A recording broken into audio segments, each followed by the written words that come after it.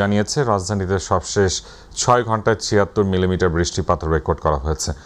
সপ্তাহের প্রথম কর্মদিবস হওয়ায় অফিস আদালতের উদ্দেশ্যে বের হওয়া নগরবাসী পড়েন বিপাকে। স্কুল কলেজগামী শিক্ষার্থীদেরও পোহাতে হয় ভোগান্তি। 24 ঘন্টায় দেশের 6 বিভাগে অতি ভারী বর্ষণের পূর্বাভাস দিয়েছে আবহাওয়া অফিস। এসএম আরিফের রিপোর্ট। মৌসুমি বায়ুর প্রভাবে গত কয়েকদিন ধরে বৃষ্টি হচ্ছে। ঢাকাসহ কয়েক ঘন্টা টানা বৃষ্টিতে বিপাকে পড়েছেন নগরবাসী। টানা বর্ষণে বিভিন্ন এলাকায় রাস্তায় জলাবদ্ধতার সৃষ্টি হয়েছে। বিশেষ করে অলিগলিতে জমেছে পানি, তাতে ভোগান্তিতে পড়েছেন অফিসগামী সহ সাধারণ খেটে খাওয়া মানুষ। অনেক কষ্ট, আমি ফার্মগেট থেকে এই পর্যন্ত হেঁটে আসছি। কাপড় ভিজাই যায়, কাপড় উড়ে যায়, আমি কি করুম আর, গরিব মানুষ। আমাদের খুবই অসুবিধা এখানে যাতায়াত করার জন্য, এটা একটু উঁচু করার দরকার। স্কুল কলেজগামী শিক্ষার্থীরাও পড়েছেন চরম ভোগান্তিতে। হাঁটু পানিতে ভিজে যেতে হচ্ছে শিক্ষা প্রতিষ্ঠানে। প্রায় এখানে এরকম পানি জমে, আমাদের যাইতে অনেক ভোগান্তি হয়। পরীক্ষা ছিল আমাদের, এখন বৃষ্টির জন্য স্কুল বন্ধ দিয়ে দিচ্ছে। এটা কোনো মিস নাই, বৃষ্টি একটু বেশি হলেই পানি উঠে। কোথাও কোথাও বাসাবাড়িতেও ঢুকে পড়েছে বৃষ্টির পানি। দুর্বিষহ জীবন কাটছে নিচতলার বাসিন্দাদের। বাসাবাড়িতে উঠে গেছে, দেন একতলা করে ডুবছে এদিকে। ভোর রাত 4টা থেকে পানি আসতেছে। পুরো এলাকাটা নিচতলা যারা আছে এরা খুব এরকম অসহায়। যেই সরকারে আসে আমাদের এই দুর্ভোগের আর কোনো শেষ হয় না, আমাদের সবসময় এই দুর্ভোগই রয়ে গেছে। আবহাওয়া অফিসের তথ্যমতে শনিবার রাত 12টা থেকে রবিবার সকাল 6টা পর্যন্ত ঢাকায় 76 মিলিমিটার বৃষ্টিপাত রেকর্ড করা হয়। আরও একদিন অতি ভারী বৃষ্টিপাতের আশঙ্কা করছে আবহাওয়া অধিদপ্তর। এসএম আরিফ, মাই টিভি, ঢাকা। দেশে চলমান বন্যা পরিস্থিতিতে কিছু এলাকায় ধীর গতির উন্নতির আভাস থাকলেও উত্তর ও পূর্বাঞ্চলে নতুন করে অবনতির আশঙ্কা দেখা দিয়েছে। দেশের 5 জেলায় 3টি নদীর পানি এখনও বিপদসীমার উপর দিয়ে প্রবাহিত হচ্ছে। একই সঙ্গে আগামী 24 থেকে 48 ঘন্টায় সিলেট বিভাগ ও ভারতের আসাম, মেঘালয়ে ভারী থেকে অতি ভারী বৃষ্টিপাত হতে পারে। ফলে কিছু কিছু জেলার নদী অববাহিকার স্বল্পমেয়াদী বন্যা পরিস্থিতির সৃষ্টি হতে পারে বলে জানিয়েছে বন্যা পূর্বাভাস ও সতর্কীকরণ কেন্দ্র। তামান্না সাদিকার রিপোর্ট। টানা বৃষ্টি ও পাহাড়ি ঢলে চট্টগ্রামের রাঙ্গুনিয়ায় একটি সেতুতে সড়ক যোগাযোগ বন্ধ রয়েছে।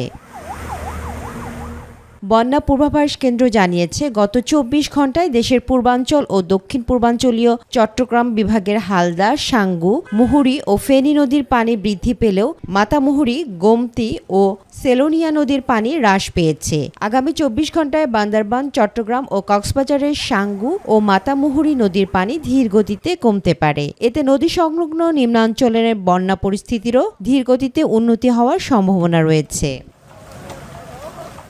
দেশের উত্তর পূর্বাঞ্চলের প্রধান 2 নদী সুরমা ও কুশিয়ারার পানি গত 24 ঘন্টায় বৃদ্ধি পেয়েছে, যা আগামী 48 ঘন্টা পর্যন্ত অব্যাহত থাকতে পারে। এর ফলে সিলেট ও সুনামগঞ্জের কুশিয়ারা নদী সংলগ্ন নিম্নাঞ্চলের বন্যা পরিস্থিতি কিছুটা অবনতি হওয়ার শঙ্কা দেখা দিয়েছে।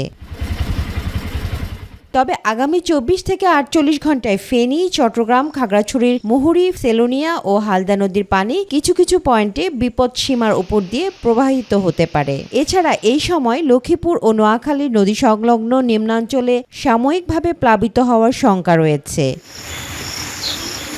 গত 24 ঘন্টায় উত্তরাঞ্চলীয় রংপুর বিভাগের ধরলা নদীর পানি বাড়লেও তিস্তা ও দুধকুমার নদীর পানি কমেছে। তবে আগামী 24 থেকে 48 ঘন্টায় নীলফামারী, লালমনিরহাট, রংপুর, কুড়িগ্রাম ও গাইবান্ধার তিস্তা, ধরলা ও দুধকুমার নদীর পানি আবারও বৃদ্ধি পাওয়ার পূর্বাভাস রয়েছে।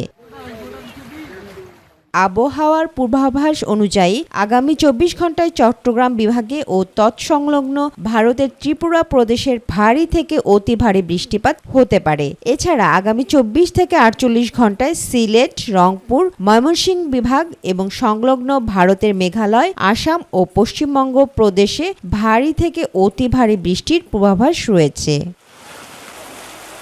তামান্না সাদিকা, মাই টিভি। অতিবৃষ্টির কারণে সৃষ্টি হওয়া জলাবদ্ধতায় ক্ষতিগ্রস্ত মানুষের জীবন সম্পদ রক্ষা, দ্রুত ত্রাণ ও চিকিৎসা সেবা নিশ্চিত এবং পরিস্থিতি মোকাবেলায় সর্বোচ্চ সতর্কতা ও সমন্বয়ের সঙ্গে কাজ করতে সংশ্লিষ্ট সব সংস্থা ও মাঠ প্রশাসনকে নির্দেশ দিয়েছেন প্রধানমন্ত্রী তারেক রহমান। দুপুরে সচিবালয়ের প্রধানমন্ত্রী কার্যালয় থেকে জুম প্ল্যাটফর্মের মাধ্যমে দেশের 8 বিভাগের বিভাগীয় কমিশনার, পুলিশের ডিআইজি, জেলা প্রশাসক, পুলিশ সুপার, সিভিল সার্জন সহ মাঠ প্রশাসনের সংশ্লিষ্ট কর্মকর্তাদের সঙ্গে অনুষ্ঠিত এক ভার্চুয়াল সভায় তিনি এসব নির্দেশনা দেন। প্রধানমন্ত্রী বলেন, দুর্যোগপূর্ণ এই পরিস্থিতিতে মানুষের জীবন ও সম্পদ রক্ষাই প্রশাসনের সর্বোচ্চ অগ্রাধিকার। কোনো ধরনের গাফিলতির সুযোগ নেই। এ সময় ক্ষতিগ্রস্ত মানুষের কাছে দ্রুত ত্রাণ সামগ্রী, শুকনো খাবার, বিশুদ্ধ খাবার পানি, শিশু খাদ্য, প্রয়োজনীয় ঔষধ এবং চিকিৎসা সেবা পৌঁছে দিতে সংশ্লিষ্টদের নির্দেশ দেন প্রধানমন্ত্রী।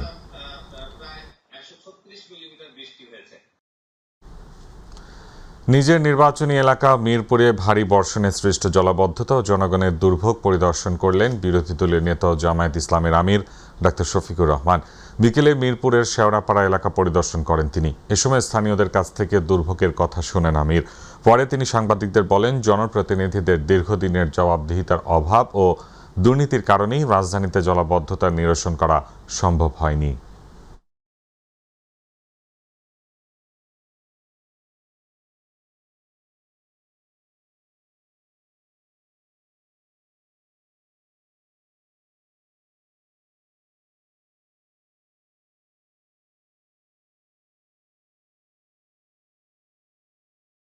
এগুলা সাময়িক সহযোগিতা, আমরা সমাধান চাই। সমাধান নিয়ে আমি সংসদে কথা বলেছি। এ পর্যন্ত উচ্চ পর্যায়ের 2টা মিটিং হয়েছে আমার সাথে, এবং আমরা আশা করছি যে একটা সমাধানে আমরা ইনশাল্লাহ পৌঁছতে পারব। আমরা সমাজের সকলের সহযোগিতা চাই। এই সহযোগিতা নিয়েই আমরা ইনশাল্লাহ অন্তত এই আসনটাকে একটা দুর্ভোগমুক্ত আসনে আমরা পরিণত করতে চাই। এই সমস্যার যখন দীর্ঘস্থায়ী সমাধান দেখবে, তখন এই ক্ষোভটা মিটে যাবে, ইনশাল্লাহ এটা থাকবে না। ক্ষমতাচ্যুত প্রধানমন্ত্রী শেখ হাসিনার স্বেচ্ছায় দেশে এসে আত্মসমর্পণের সুযোগ নেই বলে জানিয়েছেন চিফ প্রসিকিউটর মোহাম্মদ আমিনুল ইসলাম। দুপুরে সমসাময়িক বিষয়ে সংবাদ সম্মেলনে তিনি আরও বলেন, শেখ হাসিনা ভারত সরকারের অধীনে নির্বাসনে রয়েছেন। এই কারণে ভারত সরকারের হস্তান্তরের মাধ্যমে দণ্ডিত হিসেবে গ্রেফতার হয়েই তাকে দেশে আসতে হবে। ব্যক্তিগতভাবে দেশে স্বাধীনভাবে এসে তার আত্মসমর্পণের কোনো আইনি সুযোগ নেই। এদিকে সম্প্রতি তদন্ত শেষ হওয়া শাপলা চত্বর হত্যাযজ্ঞের মামলাতেও প্রধান আসামি শেখ হাসিনা 21 জুলাই এই মামলার ফরমাল চার্জ দাখিল করবেন বলেও জানান চিফ প্রসিকিউটর।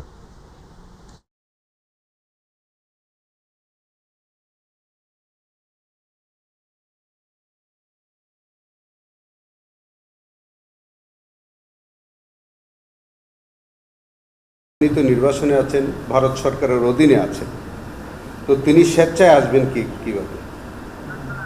তাকে তো ওই সরকারের মাধ্যমে আসতে হয়, আর ওই সরকারের মাধ্যমে আসলেই তো ওই সরকার যদি তাকে হ্যান্ডওভার করতে হয়, তাহলে বাংলাদেশ সরকারের কাছে হ্যান্ডওভার করবে। হ্যান্ডওভার করার সাথে সাথে তিনি জেল হাজতে যাবেন।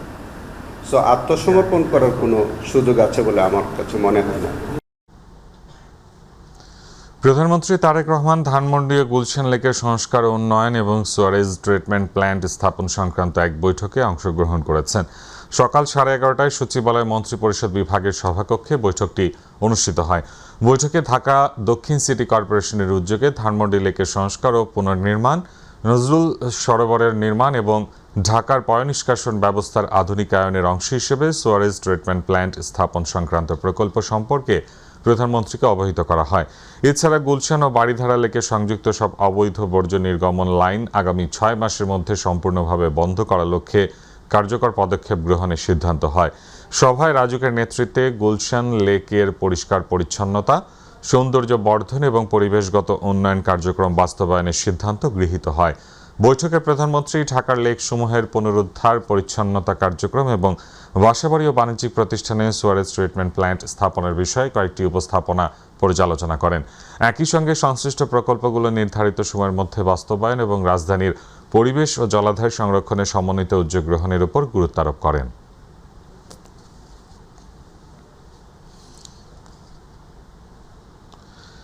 প্রধানমন্ত্রী হওয়ার পরে দক্ষিণের জনপদ বরিশালে কাল সফরে যাচ্ছেন প্রধানমন্ত্রী ও বিএনপির চেয়ারম্যান তারেক রহমান। প্রধানমন্ত্রীকে বরণ করতে ইতোমধ্যে সকল প্রস্তুতি সম্পন্ন করেছে প্রশাসন।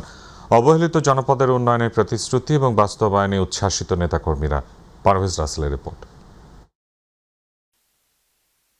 বিএনপির চেয়ারপারসন তারেক রহমান প্রধানমন্ত্রী নির্বাচিত হওয়ার পরে জনসভা ছাড়াই এই প্রথম সরকারি সফরে আসছেন বরিশাল। বৈরী আবহাওয়া উপেক্ষা করে আগামীকাল তাকে বরণে ইতিমধ্যে প্রস্তুত বরিশাল। দলীয় প্রধান বরিশাল সফরকে কেন্দ্র করে তৃণমূল নেতাকর্মী সহ দলীয় সকলের মাঝেই বইছে আনন্দ। তবে বড় সমাবেশ না হওয়ায় অনেকেই হয়তো পারবে না কাছ থেকে দেখতে। তবুও সবাই মনে করেন তারেক রহমানের এই বরিশালে আগমনই এ অঞ্চলের ২১ জেলার মানুষের ভাগ্যের হবে পরিবর্তন। সবার একটাই দাবি, ভাঙা থেকে কুয়াকাটা ৬ লেন সড়ক, ভোলা বরিশাল সেতু নির্মাণ, ভোলার গ্যাস সংযোগ স্থাপন, মেডিকেল বিশ্ববিদ্যালয়, নদী ভাঙনে স্থায়ী ভেরিবাঁধ প্রকল্প ও রেল লাইন স্থাপন সহ সকল দাবি পূরণ করবেন। নির্বাচিত হওয়ার পরে, প্রধানমন্ত্রী হওয়ার পরে প্রথম বরিশালে আসছে। আমরা সমস্ত বরিশালের নেতাকর্মী, বিএনপি পরিবার তথা সমস্ত বরিশালবাসী আমরা আনন্দিত। শিশু হাসপাতাল সবগুলোই তো আমাদের উদ্বোধনের অপেক্ষা আছে। সুতরাং আমরা মনে করি যে আমরা প্রধানমন্ত্রীকে খুব অল্পতে এবার পাচ্ছি। যে কোনো প্রোগ্রামের মাধ্যমে আমরা ওইগুলাকে কেন্দ্র করে আরও ৩-৪ বার তাকে পাবো ইনশাল্লাহ। বৃক্ষরোপণ কর্মসূচিতে মূলত অংশ নিবে গৌরনদীর বাটাজোরে। সেখান থেকে সড়ক পথে বরিশালের বধ্যভূমিতে বৃক্ষরোপণ করে সার্কিট হাউস হয়ে বিকেলে শিল্পকলায় সাংগঠনিক সভা শেষে ফিরে যাবেন ঢাকায়। ঐক্যবদ্ধ না হলে কোনো কিছুই সম্ভব না, কোনো কিছুই সফলতা আসে না। তাতে আমরা চাচ্ছি যে আমাদের মধ্যে কোনো বিভেদ না থাকুক। আমাদের যে সাংগঠনিক সবাই তৃণমূলের যারা 17 বছর কষ্ট করছে তারা যেন মূল্যায়িত হয়। আমাদের নেতা আসার মাধ্যমে এই বিভাজন এবার পরিসমাপ্তি ঘটবে এবং সকলে ঐক্যবদ্ধভাবে দেশ গড়ার কাজে আমরা নেমে পড়ব, এই আশাবাদ ব্যক্ত করছি। সাবেক প্রধানমন্ত্রী বেগম খালেদা জিয়ার হাত ধরে বিভাগ হওয়া সেই বরিশালেই আসছেন তারই পুত্র বর্তমান প্রধানমন্ত্রী তারেক রহমান। তার এই আগমনে উচ্ছ্বাসিত এই অঞ্চলবাসী স্বপ্ন দেখছে অপার উন্নয়ন ও সম্ভাবনার। পারভেজ রাসেল, মাই টিভি, বরিশাল। জাতীয় সংসদের দক্ষিণ প্লাজায় জানাজা পরে নির্ধারিত স্থানে সমাহিত হলেন সাবেক স্পিকার ও সাবেক অস্থায়ী রাষ্ট্রপতি ব্যারিস্টার জমির উদ্দিন সরকার। রোববার ভোপাল রাজধানীর একটি হাসপাতালে চিকিৎসাধীন অবস্থায় তিনি শেষ নিঃশ্বাস ত্যাগ করেন। তিনি বার্ধক্যজনিত নানা জটিলতায় ভুগছিলেন। বর্ষিয়ান এই রাজনীতিবিদের মৃত্যুতে গভীর শোক প্রকাশ করেছেন প্রধানমন্ত্রী তারেক রহমান। রাকিব হাসানের রিপোর্ট। সাবেক রাষ্ট্রপতি ও স্পিকার ব্যারিস্টার জমির উদ্দিন সরকারের দ্বিতীয় জানাজা অনুষ্ঠিত হয়েছে জাতীয় সংসদের দক্ষিণ প্লাজার নিচের টানেলে।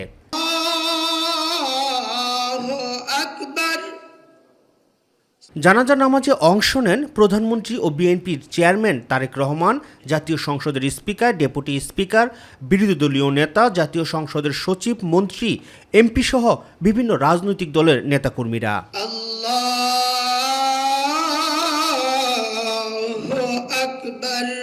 এর আগে সাবেক রাষ্ট্রপতির কফিনে ফুল দিয়ে শ্রদ্ধা জানান প্রধানমন্ত্রী। প্রধানমন্ত্রীর পর শ্রদ্ধা জানান জাতীয় সংসদের স্পিকার, বিরোধী দলীয় নেতা সহ তার রাজনৈতিক সহকর্মীরা। এ সময় ব্যারিস্টার জমির উদ্দিনের প্রতি স্মৃতিচারণ করে তার শূন্যস্থান কখনো পূরণ হওয়ার নয় বলে জানান রাজনৈতিক ব্যক্তিত্বরা। আজ তার প্রয়াণে দেশে একজন অভিজ্ঞ রাষ্ট্রনায়ক, সংসদ সদস্য, একজন প্রাজ্ঞ সংসদীয় ব্যক্তিত্ব এবং আইন অঙ্গন একজন কৃতি আইনজীবীকে হারালো। এই অপূরণীয় ক্ষতি এদেশের জন্য। আল্লাহ তাআলা আমাদেরকে এখান থেকে সবক নেওয়ার তৌফিক দেন। 3 টুকরা কাপড় বা 2 টুকরা কাপড় আমাদেরকে এইভাবে গায়ে দিয়ে দুনিয়া থেকে বিদায় নিতে হবে। আমরা সেই কথা স্মরণ করে নিজেকে প্রস্তুত করি। আল্লাহ তৌফিক দান করুন। আসসালামু আলাইকুম ওয়া রাহমাতুল্লাহ। রাজনীতিটা সবচেয়ে বড় যে জিনিসটা আমাদের কাছে মনে হয় যে তিনি গণতন্ত্রের ব্যাপারে ছিলেন একেবারে অবিচল। এখানে তার আস্থা ছিল একেবারে অসাধারণ। তার দীর্ঘ কর্মজীবনে তিনি যদি তার কোনো আচরণ দ্বারা, কোনো কথার দ্বারা কারো কখনো কোনো দুঃখ দিয়ে থাকেন, সেটা অনুগ্রহ করে আপনারা আজকের দিনে তাকে ক্ষমা করে দিবেন। তিনি সর্বজনপ্রিয় একজন ব্যক্তিত্ব ছিলেন, অজাত শত্রু। তার সম্বন্ধে কখনো কারো কাছ থেকে কোনোদিন আমরা কোনো বিরূপ মন্তব্য পাইনি। এই সংসদকে তিনি স্পিকার হিসাবে দক্ষভাবে পরিচালনা করেছেন। আমি কয়েকটি সংসদে তার সহকর্মী ছিলাম, মুগ্ধ হয়ে তার সংসদ পরিচালনা দেখেছি। এর আগে সাবেক রাষ্ট্রপতি ও স্পিকার ব্যারিস্টার জমির উদ্দিন সরকারের প্রথম জানাজা অনুষ্ঠিত হয় ধানমন্ডির তাকওয়া মসজিদে। রাকিব হাসান, মাই টিভি, ঢাকা। ব্যারিস্টার জমির উদ্দিন সরকার ছিলেন একজন প্রজ্ঞাবান আইনজীবী, অভিভাবক তুল্য দক্ষ সংসদ সদস্য, গণতন্ত্রের প্রতি অবিচল আস্থাশীল রাজনীতিবিদ এবং সাংবিধানিক প্রতিষ্ঠানের একজন দৃঢ় অভিভাবক। ব্যারিস্টার জমির উদ্দিন সরকার ছিলেন একজন প্রকৃত দেশপ্রেমিক রাজনৈতিক ব্যক্তিত্ব। তার বর্ণাঢ্য জীবনের কিছুটা অংশ তুলে ধরছেন সাদিয়া হক মৌ। রোববার ভোর 4:18 শ্যামলীর বাংলাদেশ স্পেশালাইজড হাসপাতালে চিকিৎসাধীন অবস্থায় শেষ নিঃশ্বাস ত্যাগ করেন প্রবীণ রাজনীতিবিদ ও সাবেক স্পিকার ব্যারিস্টার জমির উদ্দিন সরকার। মৃত্যুকালে তার বয়স হয়েছিল 94 বছর। সাবেক রাষ্ট্রপতি জিয়াউর রহমানের সময় জমির উদ্দিন সরকার যখন গণপূর্ত ও নগর উন্নয়ন প্রতিমন্ত্রী ছিলেন, তখনই বর্তমান সংসদ ভবনের অসমাপ্ত সকল কাজ শেষ হয়।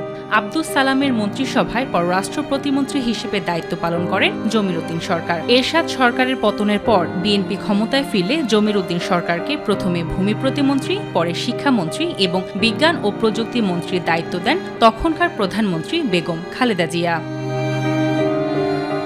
1996 সালে বিএনপির স্বল্পকালীন সরকারের আইন, বিচার ও সংসদ বিষয়ক মন্ত্রণালয়ের মন্ত্রী ছিলেন জমির উদ্দিন সরকার। ওই সময়ে তত্ত্বাবধায়ক সরকারের অধীনে নির্বাচনের বিধান সংবিধানে যুক্ত করা হয়। 2001 সালে বিএনপি আবারও ক্ষমতায় ফিরলে অষ্টম জাতীয় সংসদের স্পিকার হিসেবে দায়িত্ব পালন করেন জমির উদ্দিন সরকার। 2002 সালে তৎকালীন রাষ্ট্রপতি বদরুদ্দোজা চৌধুরীর পদত্যাগের পর 21 জুন থেকে 6 সেপ্টেম্বর পর্যন্ত জমির উদ্দিন সরকার বাংলাদেশের ভারপ্রাপ্ত রাষ্ট্রপতির দায়িত্ব পালন করেন।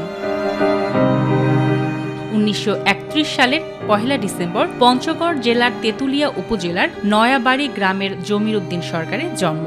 তার বাবা মৌলভী মোহাম্মদ আজিজ বক্স এবং মা বেগম ফখরুন্নেসা। ঢাকা বিশ্ববিদ্যালয়ের ইতিহাস বিভাগ থেকে স্নাতক ও স্নাতকোত্তর করার পর একই বিশ্ববিদ্যালয় থেকে এলএলবি করেন জমির উদ্দিন সরকার। 1960 সালে আইন পেশায় যুক্ত হয়ে জমির উদ্দিন সরকার সুপ্রিম কোর্টে সংবিধান, দেওয়ানি ও ফৌজদারি আইনের একজন বিশেষজ্ঞ হিসেবে পরিচিতি পান। জিয়াউর রহমান জাতীয়তাবাদী গণতান্ত্রিক দল গঠন করলে তাতে যোগ দেন জমির উদ্দিন সরকার। পরে বিএনপির প্রতিষ্ঠিত হলে তিনি স্থায়ী কমিটির একজন সদস্য হন। আমৃত্যু তিনি বিএনপির স্থায়ী কমিটির একজন সদস্য ছিলেন। সাদিয়া হক মৌ, মাই টিভি, নিউজ ডেস্ক। নতুন ঋণ কর্মসূচি নিয়ে সরকারের সঙ্গে প্রাথমিক আলোচনা শুরু করল আন্তর্জাতিক মুদ্রা তহবিল IMF। সচিবালয়ে অর্থ বিভাগের সঙ্গে বৈঠকে বসে ঢাকা সফররত সংস্থাটির 12 সদস্যের একটি প্রতিনিধি দল। এ বিষয়ে অর্থমন্ত্রী জানান, ফ্যাসিস্ট আমলের ঋণ কর্মসূচি জনগণের স্বার্থে ছিল না, তাই পুরনো কর্মসূচি বাদ দিয়ে নতুন ঋণ কর্মসূচি নিয়ে আলোচনা হচ্ছে। এ সময় পূর্বের ঋণ কর্মসূচির আওতায় ষষ্ঠ কিস্তির অর্থ ছাড় নিয়ে সরকার কোনো চিন্তা করছে না বলেও জানান আমির খসরু মাহমুদ চৌধুরী। ভিসা নীতি করতে হবে, তো এখন আধুনিক বাংলাদেশ গড়তে হলে সব যেরকম পরিবর্তন করতে হবে, ভিসা নীতি পরিবর্তন করতে হবে না। এটা একটা আধুনিক প্রণয়ন দরকার আছে, এই জন্য ভিসা নীতিটা আমরা রিভাইজ করছি। এখানে পর্যটন, এখানে যারা বিনিয়োগ করবে, এই দেশে মানুষ আসবে, এই দেশের উপর আস্থা রাখবে, ভিসা নীতিতে একটা বড় ভূমিকা আছে এখানে। আমরা তো আগে প্রোগ্রাম থেকে বেরিয়ে আসছি, কারণ প্রাথমিক বৃত্তি পরীক্ষা 2025-এ সারা দেশে মোট ৭৯,২৪৬ শিক্ষার্থী বৃত্তি পেয়েছে। এর মধ্যে ট্যালেন্ট পুল বৃত্তি পেয়েছে ৩২,৯৬৫ জন এবং সাধারণ বৃত্তি পেয়েছে ৪৬,২৮১ জন। বৃত্তিপ্রাপ্তদের মধ্যে ছাত্র ৩৫,৮৯২ জন এবং ছাত্রী ৪৩,৩৫৪ জন। দুপুরে রাজধানীর আন্তর্জাতিক মাতৃভাষা ইনস্টিটিউটে এক সংবাদ সম্মেলনে এসব তথ্য জানান শিক্ষা এবং প্রাথমিক গণশিক্ষামন্ত্রী ডক্টর আনম ইহসানুল হক মিলন। তিনি বলেন, শিক্ষার্থীদের মেধা অন্বেষণ, স্বীকৃতি প্রদান এবং শিক্ষা প্রতিষ্ঠানগুলোকে উৎসাহিত করে জ্ঞানভিত্তিক প্রজন্ম গড়ে তোলার লক্ষ্য নিয়ে পঞ্চম শ্রেণীর শিক্ষার্থীদের অংশগ্রহণে প্রাথমিক বৃত্তি পরীক্ষা অনুষ্ঠিত হয়। তিনি আরও বলেন, বিগত সময়ে পাঠ্যপুস্তকে নানা ভুল ছিল, কিন্তু নতুন বইগুলো নির্ভুল হবে বলেও আশা প্রকাশ করেন শিক্ষামন্ত্রী।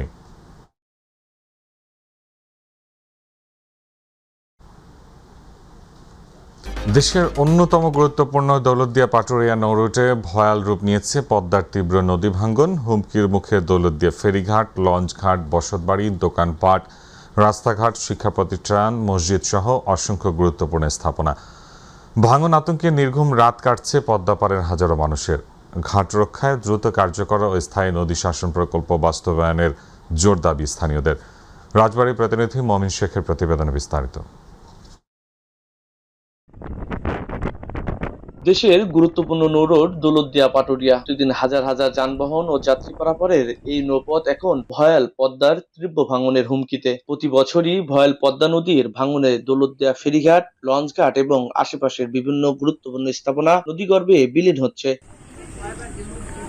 এবারও বসত বাড়ি, দোকানপাট, রাস্তাঘাট, শিক্ষা প্রতিষ্ঠান, মসজিদ সহ নানা স্থাপনা ঝুঁকির মুখে পড়েছে। ভাঙনের কবল থেকে রক্ষা পায়নি লঞ্চঘাটও। ভাঙন আতঙ্কে নির্ঘুম রাত কাটছে পদ্মা পাড়ের হাজারো মানুষের। এখানে তো প্রত্যেক বছরে কিছু না কিছু ভাঙে, এই ফেরিঘাটে সব জায়গায় ভাঙন ধরে। রাত্রে শুইতে গেলে আমাদের ভয় করে যে কখন ভেঙে নিয়ে চলে যাবে। এই অবস্থার পরেই আমরা থাকি। আমরা গরিব মানুষ, আমরা পাড়ালেপা থাকি, আমাদের তো জমি জমা নাই যে আমরা প্রতি বছরে ভাঙে সরাবো। স্থানীয়দের একটাই দাবি, সাময়িক নয় দ্রুতই স্থায়ী নদী শাসন প্রকল্প বাস্তবায়নের মাধ্যমে দৌলতদিয়া ঘাটকে রক্ষা করা হোক। নদীর পারে অনেক বাড়ি ভেঙে যাইতেছে, এখন যদি ব্যবস্থা না নেয় পরবর্তীতে ব্যবস্থা নিলে সেটা কোনো কার্যকরী হবে না। আমারে আসলে থাকার কোনো জায়গা নাই, আমরা পরের জায়গার পরে এখনো লাস্টার গড়ানে লইছি।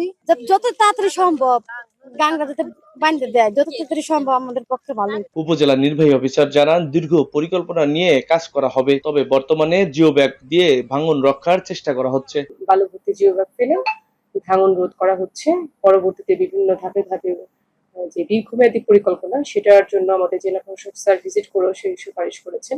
নির্বাহী প্রকৌশলী জানান, পানি উন্নয়ন বোর্ড থেকে ঘাট রক্ষার কাজ শুরু হয়েছে। বিশেষ করে নদীর তীরে বাড়িঘর রয়েছে, অন্যান্য স্থাপনা আছে, সেসব স্থানে আমরা 600 মিটারের মধ্যে 200 মিটারের প্রোটেকশন কাজ শুরু করেছি এবং সেই প্রোটেকশন কাজটা অল্প কিছুদিনের মধ্যে শেষ হয়ে যাবে। নৌ প্রতিমন্ত্রী আশ্বাস দিয়েছেন, এ ব্যাপারে নৌ মন্ত্রণালয় প্রকল্পের কাজ শুরু করেছেন। আমরা পানি সম্পদ মন্ত্রণালয়ের কাছে এই বিষয়টি অবহিত করেছি এবং আমরা একটি প্রকল্প জমা দিয়েছি। শুধু জিও ব্যাগ ফেলে সাময়িকভাবে ভাঙন ঠেকানো সম্ভব নয়। দেশের কোটি কোটি টাকার রাজস্ব আদায়ের এই নৌরোড, ফেরিঘাট ও লঞ্চঘাট রক্ষায় প্রয়োজন কার্যকর স্থায়ী নদী শাসন প্রকল্প। এই প্রত্যাশা স্থানীয়দের।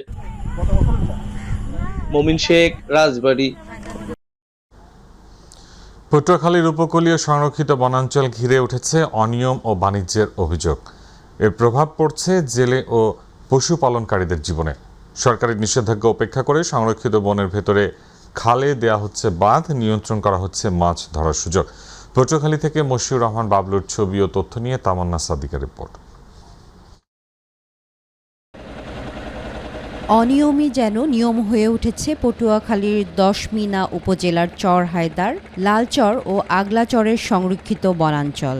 2295 একরের এই বনাঞ্চল দখল করে অর্থ বিনিময়ে ব্যবহার করছে বনখেকোড়া। অভিযোগ রয়েছে, দায়িত্বরতদের ম্যানেজ করে কয়েকজন বনখেকো এসব বন অবৈধভাবে লিজ নিয়েছেন। এছাড়া নিরীহ এলাকাবাসীকে হয়রানির অভিযোগ উঠছে। 2000 কোটি টাকা ফরেস্টারের বছরে দেওয়া লাগে হাসান, আর বিটি অফিসার হাসান, আর রেঞ্জে আছে জাহাঙ্গীর। এই মহিষের টাকা না দিলে আমাকে এই মহিষ বাগানে, চর হায়দার বাগানে রাখতে দেয় না। একটু হাতাই আমরা মাছ ধরিয়ে খাই, এই জন্য সে আমাকে কাছ থেকে টাকা দাবি করে। এখন আমরা টাকা দিই না দেখে আমাকে নামে মিথ্যা মামলা দেয়, হয়রানি করে। নেসারারি এবং নেসারারির সাথে আরও অনেক ফরেস্ট অফিসার এরা গাছ কাটিয়ে তারপরে আমার নামে মিথ্যা মামলা দিয়ে আমাদেরকে হয়রানি করতে আছে। স্থানীয়রা বলছেন, বনের গাছ ও মাটি কেটে খালে তৈরি করা হয়েছে শতাধিক বাঁধ ও ঝাড়া। এসব জায়গায় নিষিদ্ধ জাল দিয়ে মাছ ধরতে জেলেদের কাছ থেকে নেওয়া হচ্ছে বিপুল টাকা। মোষ এই চরে উঠাইয়া 2000 করে পার পিস মোষের তনে টাকা লয়, কিন্তু আমাদের নামে মিথ্যা মামলা দিয়েছে। আমরা প্রতিবাদ করছি বিদায়। যেখানে সরকার খাল খনন করে সেই জায়গায় সরকারের বিরোধিতা করে সরকারি লোক হইয়া সরকারের এই খাল মাছ ধরার লইগে এই খাল বাধ্য রাখছে। ফরেস্টার ডাইকে নিয়ে বলে যে নেসারের সাথে সমন্বয় না করলে চরে গেলে মামলা খাবা। ক্ষতিগ্রস্ত হচ্ছেন পশুপালনকারীরাও। প্রতিবাদ করতে গেলে হামলা মামলা সহ হয়রানির অভিযোগ করছেন স্থানীয়রা। তবে এ ব্যাপারে অভিযুক্ত নেসারারির সাথে ফোনে কথা হলে তিনি অভিযোগ অস্বীকার করেন। আমি মাছ ধরি, আবার আমি কি ওরা টাকা দেই না, আমার মাছ আমি ধরি খাই, সেটা কি করে দেখেন ওরা বুঝি না। 10 মিনা উপজেলার রেঞ্জ অফিসার জানান, কাউকে বনাঞ্চল লিজ দেয়া হয়নি, তবে প্রভাবশালীদের দৌরাত্ম্যের বিষয়টি স্বীকার করেন তিনি। যারা বাদ দিছে যদি এরকম দিয়ে থাকে তাদের বিরুদ্ধে বাদ কেটে তাদের বিরুদ্ধে আইনানুগ ব্যবস্থা গ্রহণ করার জন্য ইতিপূর্বে আমরা বলে দিচ্ছি। পটুয়াখালী জেলা মৎস্য কর্মকর্তা জানান, বনের ভেতরে চাই সহ অন্যান্য অবৈধ জাল দিয়ে মাছ ধরা মৎস্য সম্পদের জন্য ক্ষতিকর। বন বিভাগের আওতায় যে জলাশয়গুলো আছে সেগুলো সাধারণত তারাই এই বিষয়ে দেখভাল করে। উপকূলীয় বন বিভাগের সহকারী বন সংরক্ষণ কর্মকর্তা বলেন, সংরক্ষিত বনভূমি লিজ দেয়া সম্ভব নয়। দ্রুত খাল অবমুক্ত ও অভিযোগ তদন্তের ব্যাপারে আশ্বাস দেন তিনি। রাতের আধারে কিছু বাঁধ সৃষ্টি করা হয়েছে, সেগুলো কিন্তু রেঞ্জ অফিসারের মাধ্যমে পরের দিনই আমরা কেটে দিয়েছি। এরপরও যদি কিছু থাকে সেগুলো দ্রুত অপসারণের জন্য আমরা নির্দেশনা দিয়েছি। তামান্না সাদিকা, মাই টিভি।